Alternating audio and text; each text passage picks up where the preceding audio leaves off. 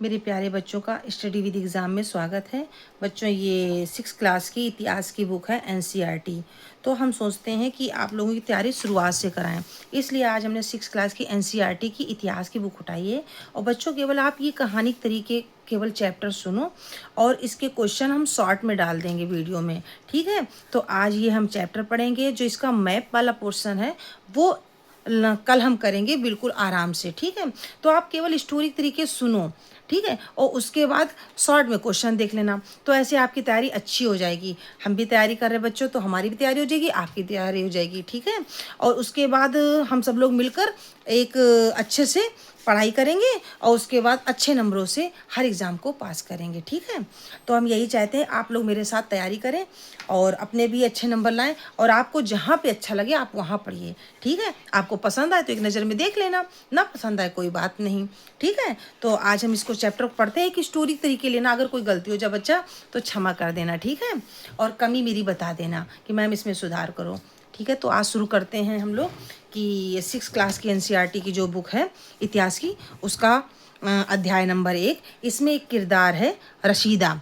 उसकी वो कहानी, मतलब वो सोचती है, समझती है, क्या करती है, यही पूरा कहानी हम इंटरेस्ट से सुनेंगे, जैसे एक कहानी सुन रहे हैं, ठीक है। तो आप लोग केवल सुनना। काफ़ी दिनों बाद हम भी रीडिंग लगा रहे, तो थोड़ी बहुत अगर कुछ गलती हो जाए तो उसको माइंड मत करना। बस कहानी का सारांश आपके दिमाग में फीड हो जाए और क्वेश्चन आंसर आपको शॉर्ट में हम दे देंगे, उसको बस देख लेना एक बार नज़र से, बस और कुछ नहीं, ठीक है। तो हम पढ़ते हैं, ठीक है। तो क्या, कब, कहाँ और कैसे, रसीदा का सवाल। रसीदा एक दिन बैठी अखबार पढ़ रही थी। अचानक उसकी निगाह एक सुर्खी पर पड़ी। 100 साल पहले। वह सोचने लगी कि यह कोई कैसे जान सकता है कि इतने वर्षों पहले क्या हुआ था। हर आदमी की सोच कहाँ पे विकसित हो, क्या कर सोच ले, ये उसके नहीं कहा जा सकता दिमाग में। तो यही रसीदा सोच रही थी। अब देखो क्या क्या होता है इसमें, कैसे पता लगाएं यह जानने के लिए कि कल क्या हुआ था। तुम रेडियो सुन सकते हो, टेलीविज़न देख सकते हो या फिर अखबार पढ़ सकते हो। साथ ही यह जानने के लिए कि पिछले साल क्या हुआ था, तुम किसी ऐसे व्यक्ति से बात कर सकते हो जिसे उस समय की स्मृति हो। लेकिन बहुत पहले क्या हुआ था या कैसे जाना जा सकता है। अतीत के बारे में हम क्या जान सकते हैं। अतीत के बारे में बहुत कुछ जाना जा सकता है, जैसे लोग क्या खाते थे, कैसे कपड़े पहनते थे, किस तरह के घरों में रहते थे। हम आखेटकों, शिकारियों जो होता है, शिकारियों, पशुपालकों, कृषकों, शासकों, व्यापारियों, पुरोहितों, शिल्पकारों, कलाकारों, संगीतकारों या फिर वैज्ञानिकों के जीवन के बारे में जानकारियाँ हासिल कर सकते हैं। यही नहीं, हम यह भी पता लगा सकते हैं कि उस समय बच्चे कौन से खेल खेलते थे, कौन सी कहानियाँ सुना करते थे, कौन से नाटक देखा करते थे या फिर कौन कौन से गीत गाते थे, लोग कहाँ रहते थे। मानचित्र ये पीछे दिया हुआ, इसको हम लोग कल सॉल्व करेंगे, ठीक है। नर्मदा नदी का पता लगाओ। कई लाख वर्ष पहले से लोग इस नदी के तट पर रह रहे हैं। यहाँ रहने वाले आरंभिक लोगों में से कुछ कुशल संग्राहक थे जो आसपास के जंगलों की विशाल संपदा से परिचित थे। अपने भोजन के लिए वे जड़ों, फलों तथा जंगल के अन्य उत्पादों का यहीं से संग्रह किया करते थे। वे जानवरों का आखेट भी करते थे, शिकार करते थे, ठीक है। अब तुम उत्तर पश्चिम की ओर सुलेमान और किरथर पहाड़ियों का पता लगाओ। इसी क्षेत्र में कुछ ऐसे स्थान है जहां लगभग 8000 वर्ष पूर्व स्त्री पुरुषों ने सबसे पहले गेहूं तथा जौ जैसी फसलों को उपजाना आरंभ किया। उन्होंने भेड़, बकरी और गाय, बैल जैसे पशुओं को पालतू बनाना शुरू किया। ये लोग गांवों में रहते थे। उत्तर पूर्व में गारो तथा मध्य भारत में विंध्य पहाड़ियों का पता लगाओ।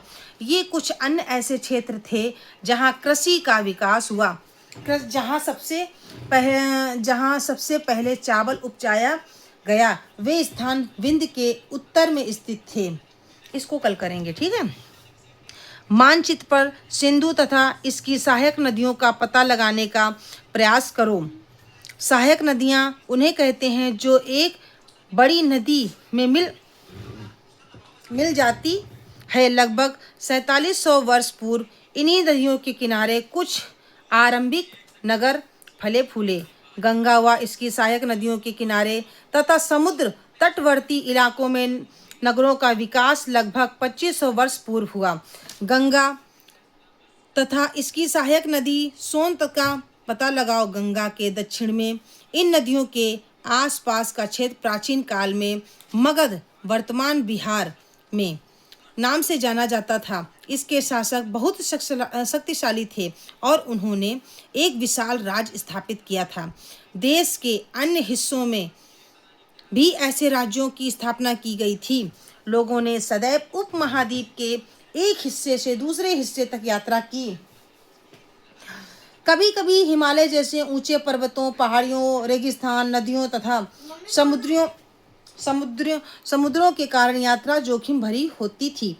फिर भी ये यात्रा उनके लिए असंभव नहीं थी तथा कभी लोग काम की तलाश में तो कभी प्राकृतिक आपदाओं के कारण एक स्थान से दूसरे स्थान जाया करते थे।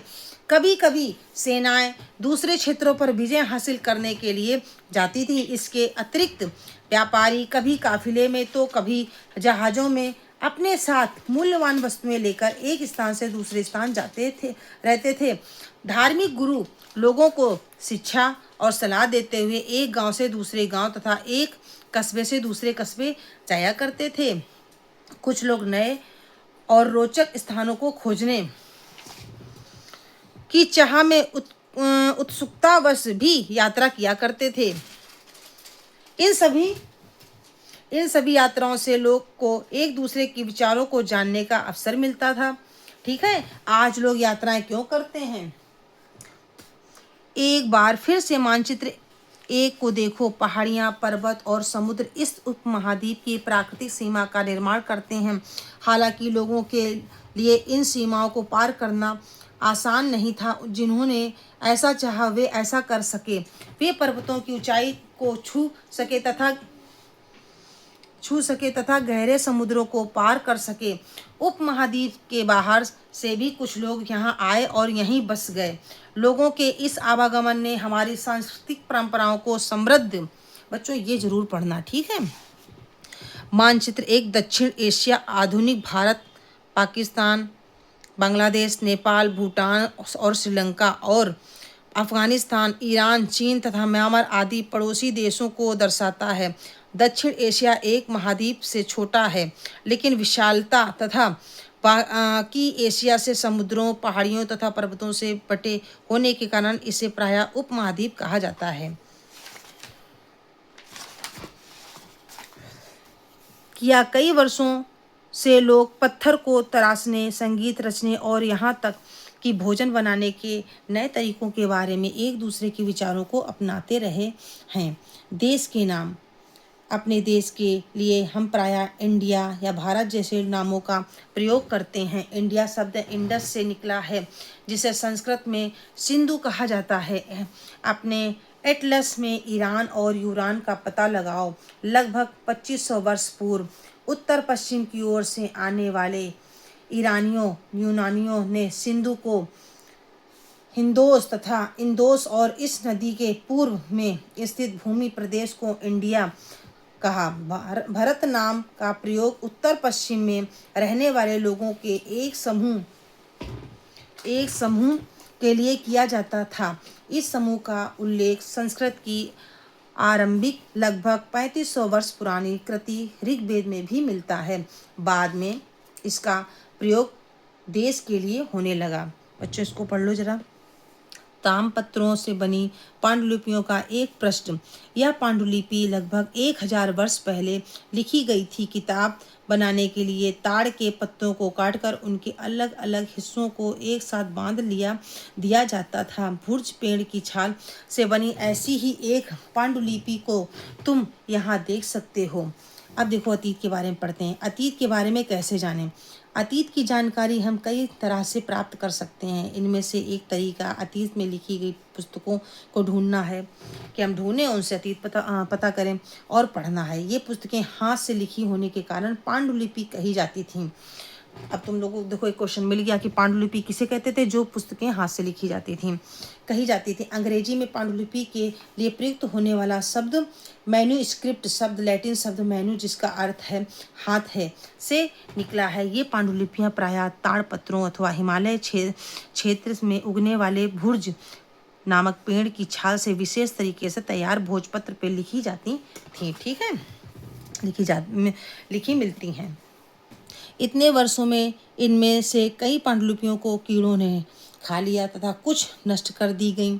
फिर भी ऐसी कई पांडुलिपियां आज भी उपलब्ध हैं। प्रायः ये पांडुलिपियां मंदिरों और विहारों से प्राप्त होती हैं। इन पुस्तकों में धार्मिक मान्यताओं व व्यवहारों, राजाओं के जीवन, औषधियों तथा विज्ञान आदि सभी प्रकार के विषयों की चर्चा मिलती है। इनके अतिरिक्त हमारे यहाँ महाकाव्य, कविताएं तथा नाटक भी हैं। इनमें से कई संस्कृत में लिखे हुए मिलते हैं, जबकि अन्य प्राकृत और तमिल में हैं। प्राकृत भाषा का प्रयोग आम लोग करते थे। हम अभिलेखों का भी अध्ययन कर सकते हैं। ऐसे लेख पत्थर अथवा धातु जैसी अपेक्षाकृत कठोर सतहों पर उत्कीर्ण किए गए मिलते हैं। कभी कभी शासक अथवा अन्य लोग अपने आदेशों को इस तरह उत्कीर्ण करवाते थे ताकि लोग उन्हें देख सकें, पढ़ सकें तथा उनका पालन कर सकें। कुछ अन्य प्रकार के अभिलेख भी मिलते हैं जिनमें राजाओं, रानियों सहित अन्य स्त्री पुरुषों से भी अपने कार्यों के विवरण उत्कीर्ण करवाए हैं। उदाहरण के लिए प्रायः शासक लड़ाइयों में अर्जित विजयों का लेखा जोखा रखा करते थे। क्या तुम बता सकती हो, इसको देखो, क्या तुम बता सकती हो कि कठोर सतह पर लेख लिखवाने के क्या लाभ थे? ऐसा करवाने में क्या कठिनाइयां आती थीं? इसके अतिरिक्त अन्य कई वस्तुएं अतीत में बनी और प्रयोग में लाई जाती थीं। ऐसी वस्तुओं का अध्ययन करने वाला व्यक्ति पुरातत्वविद कहलाता है। पुरातत्वविद पत्थर और ईंट से बनी इमारतों के अवशेषों, चित्रों अथवा मूर्तियों का अध्ययन करते हैं। वे औजारों, हथियारों, बर्तनों, आभूषणों, अभी इधर पढ़ेंगे, इसको पढ़ने बच्चों। लगभग 2250 वर्ष पुराना यह अभिलेख वर्तमान अफगानिस्तान के कंधार से प्राप्त हुआ है। यह अभिलेख अशोक नामक शासक के आदेश पर उत्कीर्ण करवाया गया था। इस शासक के विषय में तुम अध्याय 8 में पढ़ोगी। जब हम कुछ लिखते हैं तब हम किसी लिपि का प्रयोग करते हैं। लिपियां अक्षरों तथा संकेतों से बनी होती हैं। जब हम कुछ बोलते हैं अथवा पढ़ते हैं तब हम एक भाषा का प्रयोग करते हैं। यह अभिलेख इस क्षेत्र में प्रयुक्त होने वाली यूनानी तथा अरामेइक नामक 2 भिन्न लिपियों तथा भाषाओं में है। ठीक है, इधर देखो कि पढ़ लें। एक प्राचीन नगर में, दिख रहा है, ऐसे देखो, एक प्राचीन नगर में, ऐसे देखो, इसको पास लिखें। एक प्राचीन नगर में प्राप्त पात्र, इस तरह के पात्रों का प्रयोग 4700 वर्ष पूर्व होता था। दाएं एक पुराना चांदी का सिक्का, इस तरह के सिक्कों का प्रयोग लगभग 2500 वर्ष पूर्व होता था। हमारे द्वारा आज प्रयोग में आने वाले सिक्कों में से यह सिक्का कैसे भिन्न है? अभी इधर देखो। तथा सिक्कों की प्राप्ति के लिए छानबीन तथा खुदाई भी करते हैं। इनमें से कुछ वस्तुएं पत्थर, पकी मिट्टी तथा कुछ धातु की बनी हो सकती हैं। ऐसे तत्व कठोर तथा जल्दी नष्ट न होने वाले होते हैं।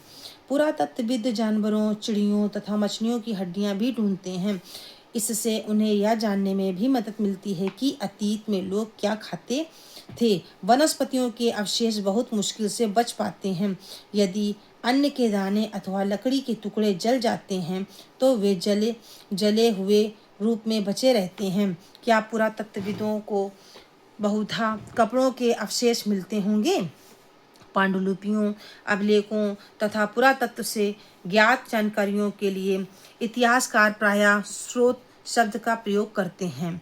इतिहासकार उन्हें कहते हैं जो अतीत का अध्ययन करते हैं। स्रोत के प्राप्त होते ही अतीत के बारे में पढ़ना बहुत रोचक हो जाता है, क्योंकि इन स्रोतों की सहायता से हम धीरे धीरे अतीत का पुनर्निर्माण करते जाते हैं। अतः इतिहासकार तथा पुरातत्वविद इन जासूसों की तरह हैं जो इन सभी स्रोतों का प्रयोग सुराग के रूप में कर अतीत को जानने का प्रयास करते हैं। अतीत एक या अनेक, क्या तुमने इस पुस्तक के शीर्षक हमारे अतीत पर ध्यान दिया है? यहाँ अतीत शब्द का प्रयोग बहुवचन के रूप में किया गया है। ऐसा इस तथ्य की ओर ध्यान दिलाने के लिए किया गया है कि अलग अलग समूह के लोगों के लिए इस अतीत के अलग अलग मायने थे। उदाहरण के लिए पशुपालकों अथवा कृषकों का अतीत जीवन राजाओं तथा रानियों के जीवन से बना तथा व्यापारियों का जीवन शिल्पकारों के जीवन से बहुत भिन्न था। जैसा कि हम आज भी देखते हैं, उस समय भी देश के अलग अलग हिस्सों में लोग अलग अलग व्यवहारों और रीति रिवाजों का पालन करते थे। उदाहरण के लिए आज अंडमान द्वीप के अधिकांश लोग अपना भोजन मछलियां पकड़कर, शिकार करके तथा फल फूल के संग्रह द्वारा प्राप्त करते हैं। इसके विपरीत शहरों में रहने वाले लोग खाद्य आपूर्ति के लिए अन्य व्यक्तियों पर निर्भर करते हैं। इस तरह के भेद अतीत में भी विद्यमान थे। इसके अतिरिक्त एक अन्य तरह का भेद है। उस समय शासक अपनी विजयों का लेखा जोखा रखते थे। यही कारण है कि हम उन शासकों तथा उनके द्वारा लड़ी जाने वाली लड़ाइयों के बारे में काफ़ी कुछ जानते हैं, जबकि शिकारी, मछुआरे, संग्राहक, कृषक अथवा पशुपालक जैसे आम आदमी प्रायः अपने कार्यों का लेखा जोखा नहीं रखते थे। पुरातत्व की सहायता से हमें उनके जीवन को जानने में मदद मिलती है। हालांकि अभी भी इनके बारे में बहुत कुछ जानना शेष है। तिथियों का मतलब, अगर कोई तुमसे तिथि के विषय में पूछे तो तुम शायद उस दिन की तारीख, माह, वर्ष जैसे कि 2000 या इसी तरह का कोई और वर्ष बताओगी। वर्ष की यह गणना ईसाई धर्म प्रवर्तक ईसा मसीह के जन्म की तिथि से की जाती है। अतः 2000 वर्ष कहने का तात्पर्य ईसा मसीह के जन्म के 2000 वर्ष बाद में है। ईसा मसीह के जन्म के पूर्व की सभी तिथियां ईसा पूर्व, ईसा से पहले के रूप में जानी जाती हैं। इस पुस्तक में हम 2000 को अपना आरंभिक बिंदु मानते हुए वर्तमान से पूर्व की तिथियों का उल्लेख करेंगे। ठीक है, इसमें देखो ये तिथियों का उल्लेख दिया है। क्या कहते हैं, कैसे कहते हैं, ध्यान से सुनो, इससे क्वेश्चन एक दो जरूर आते हैं। अंग्रेजी में इतिहास और तिथियां, अंग्रेजी में बीसी, हिंदी में ईसा पूर्व। अंग्रेजी में बीसी, हिंदी में ईसा पूर्व का तात्पर्य बिफोर क्राइस्ट, ईसा पूर्व होता है। कभी कभी तुम तिथियों से पहले एडी, हिंदी में ई और पॉइंट लगा दिखते लिखा पाती हो। यह एनो डोमिनी नामक 2 लैटिन शब्दों से बना है तथा इसका तात्पर्य ईसा मसीह के जन्म के वर्ष से है। कभी कभी एडी की जगह सीई तथा बीसी की जगह बीसीई का प्रयोग होता है। सीई अक्षरों का प्रयोग कॉमन एरा तथा बीसीई का प्रयोग बिफोर कॉमन एरा के लिए होता है।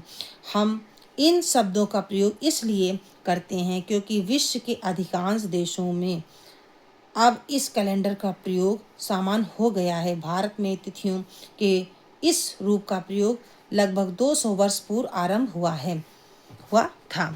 कभी कभी अंग्रेजी के बीपी अक्षरों का प्रयोग होता है जिसका तात्पर्य बिफोर प्रेजेंट, वर्तमान से पहले है। पृष्ठ 3 पर 2 तिथियां हैं, उनका पता लगाओ। इनके लिए तुम किस अक्षर समूह का प्रयोग करोगी। ठीक है, अब देखो ये पढ़ो। अन्यंत्र, जैसा कि हमने पहले पढ़ा, अभिलेख कठोर सतहों पर उत्कीर्ण करवाए जाते हैं। इनमें से कई अभिलेख कई सौ वर्ष पूर्व लिखे गए थे। सभी अभिलेखों में लिपियों और भाषाओं का प्रयोग हुआ है। उस समय के साथ साथ अभिलेखों में प्रयुक्त भाषाओं तथा लिपियों में बहुत बदलाव आ चुका है। विद्वान यह कैसे जान पाते हैं कि क्या लिखा था? इसका पता अज्ञात लिपि का अर्थ निकालते हैं कि यह एक प्रक्रिया द्वारा लगाया जा सकता है। इस प्रकार से अज्ञात लिपि को जानने की एक प्रसिद्ध कहानी उत्तरी अफ्रीकी देश मिस्र से मिलती है। लगभग 5000 वर्ष पूर्व यहाँ राजा रानी रहते थे। इसको देखो, मिस्र के उत्तरी तट पर रेसेट्टा नाम का एक कस्बा है। यहाँ से एक ऐसा उत्कीर्णित पत्थर मिला जिस पर एक ही लेख 3 भिन्न भिन्न भाषाओं लिपियों यूनानी तथा मिस्री लिपि के 2 प्रकारों में है। कुछ विद्वान यूनानी भाषा पढ़ सकते थे।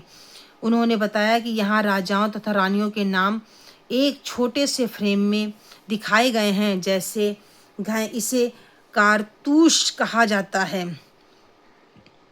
इसके बाद विद्वानों ने यूनानी तथा मिस्री संकेतों को अलग बगल रखते हुए मिस्री अक्षरों की समार्थक ध्वनियों को पहचान की, जैसा कि तुम देख सकते हो।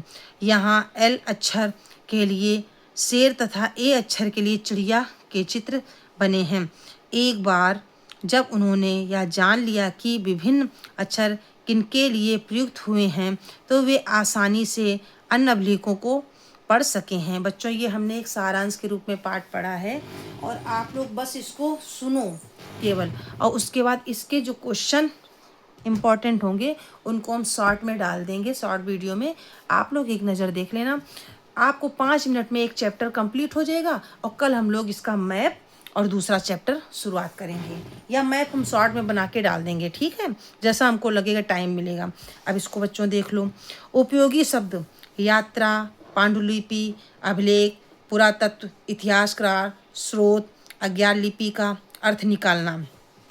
अगर आप लोगों को ये अक्षर आते हैं तो ठीक है, नहीं आते तो इनको एक बार ध्यान करो। प्रतियोगिता परीक्षा में या कोई परीक्षा में या जीवन में भी हमें अगर ऊंचाइयों पे जाना है ना बच्चा, तो हमको छोटी चीज़ से होकर गुजरना पड़ेगा, अपनी नींव मजबूत रखनी पड़ेगी। तो हमने यही शुरुआत की कि पहले सारी एनसीईआरटी कवर करेंगे और उसके बाद धीरे धीरे बड़ी जो बुक्स हैं उनके क्वेश्चन आंसर सॉल्व करेंगे, तो हमारे क्वेश्चन आंसर बिल्कुल फीड हो जाएंगे। समय ज़रूर लगेगा भैया, लेकिन काम हमारा बिल्कुल साफ़ सुथरा होगा। ये जो 1-2 साल में परीक्षा नहीं निकाल पाते हैं, वो 1-2 साल पढ़ाई कर लें और उसके बाद परीक्षा निकालें तो बिल्कुल निकलती जाए, लेकिन उसके लिए टाइम देना पड़ेगा, ठीक है। और हमें भी पढ़ाने का इतना एक्सपीरियंस सब नहीं है, धीरे धीरे पढ़ रहे हैं, कहीं कहीं अटक जाते हैं, तो इसको माइंड ना करो, बस कहानी के तरीके पढ़ो और फ्लो बन जाएगा तो पढ़ाई भी अच्छी होएगी। सीख रहे हैं, हम भी सीख रहे हैं, आप भी सीख रहे हैं। कमी हो ज़रूर बताना, ठीक है, और कैसा लगा ये भी बताना। ये भी देख लो कुछ बच्चों, कुछ महत्वपूर्ण तिथियाँ। कृषि का आरंभ कब हुआ था? 8000 वर्ष पूर्व। सिंधु सभ्यता के प्रथम नगर 4700 वर्ष पूर्व। गंगा घाटी के नगर मगध का बड़ा राज 2500 वर्ष पूर्व। वर्तमान लगभग 2000 वर्ष पूर्व। ये ज़रूर पढ़ा करो बच्चों। कुछ किताब खरीदने की ज़रूरत नहीं है, हमारे पास हैं, बस हम क्वेश्चन आंसर बनाएंगे। कल ये चैप्टर पढ़ेंगे, आज हो सकेगा मैप करेंगे, कल ये पढ़ेंगे, ठीक है। तो आप लोग पढ़ना और हो सकेगा तो क्वेश्चन आंसर अभी बना के हम डाल देंगे, ठीक है। बाय।